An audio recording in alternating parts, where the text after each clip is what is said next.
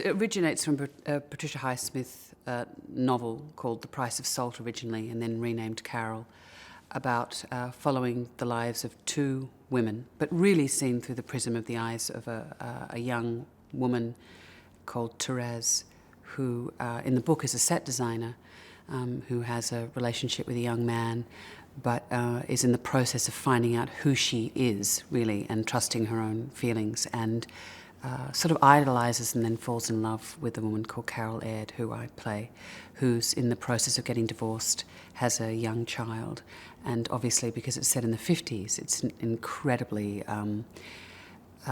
difficult terrain for the two women to connect and ultimately to consummate and live with their love. I'd read the book a long time ago. I was fortunate enough to be in a film which Anthony Minghella directed of The Talented Mr. Ripley years ago. And so I'd read a lot of Patricia Highsmith then and was really struck by the power, the emotional power of the novel, and how bold it was for the time in which it was written. It wasn't written in code, which a lot of those relationships were sort of encoded. But I think the gift of working on something based on a Patricia Highsmith story is that the interior life of the characters is so rich, and she's masterful at dealing with characters who and acknowledging in a way that every adult has a secret, and she sets them in the time that she was writing, obviously in the 50s, when it was very, very difficult and nigh and impossible to trust people with those secrets. And that doesn't necessarily have to do with people's sexuality, but in this case, in Carol, it does. The Price of Salt, when it was first written, was the first of the so-called gay lesbian fiction where there was a happy ending, where one of the characters didn't find the love of a good man or a good woman and reconvert into sort of heterosexual society or kill themselves. It actually has a positive uplift at the end of it. Carol is a shadowy character, subjectively seen through Therese's lens in the novel, and I think the challenge that Phyllis has risen to and achieved beyond my wildest expectations was by bringing Carol to life on the page and giving her her own heartbeat, not only through the person that Therese thinks Carol is, but who she might possibly be. And so therefore there's a lot of invention. There's a lot of references made to lawyers' meetings and all of those stuffs, but Phyllis has actually brought that to life with a real passionate but quiet dignity. Who is Carol? I think Carol, in a way, is she's someone with an incredible sense of pride and is intelligent and sensitive and aware enough to know the way the world works, and that she doesn't fit within that world.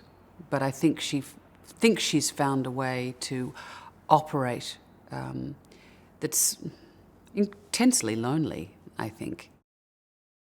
I think it takes them both by surprise.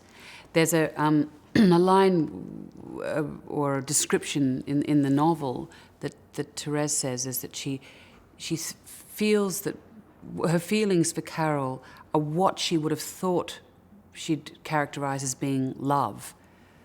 And she's heard of women who feel that way about other women, but she feels she doesn't look like those women.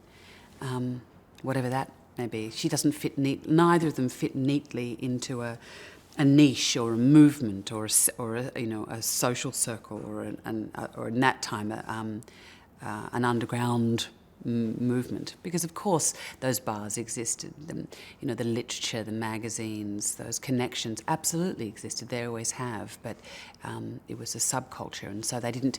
I don't think Carol or Therese have access to the language to describe those feelings or those relationships or the hopes and aspirations for those feelings in the way that we do now. But so I think they're both ambushed by their the intensity of the connection with each other, and see it specifically about that other person, rather than fitting into a larger group.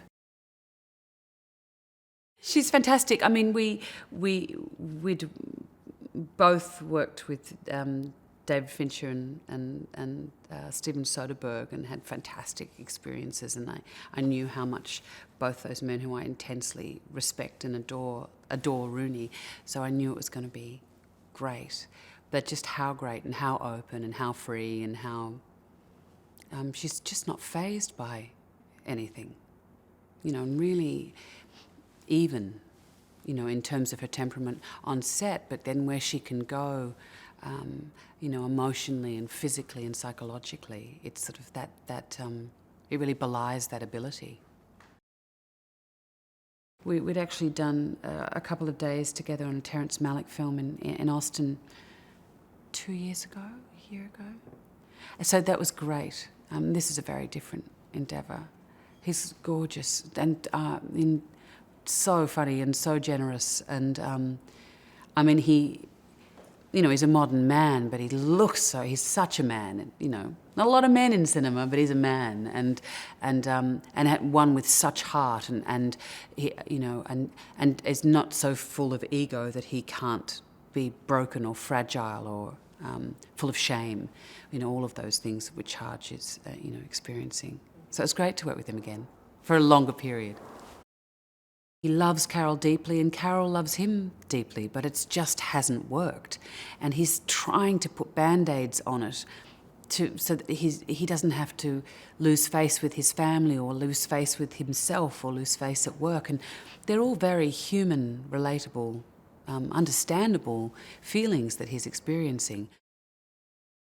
And there's all sorts of reasons why this shouldn't happen.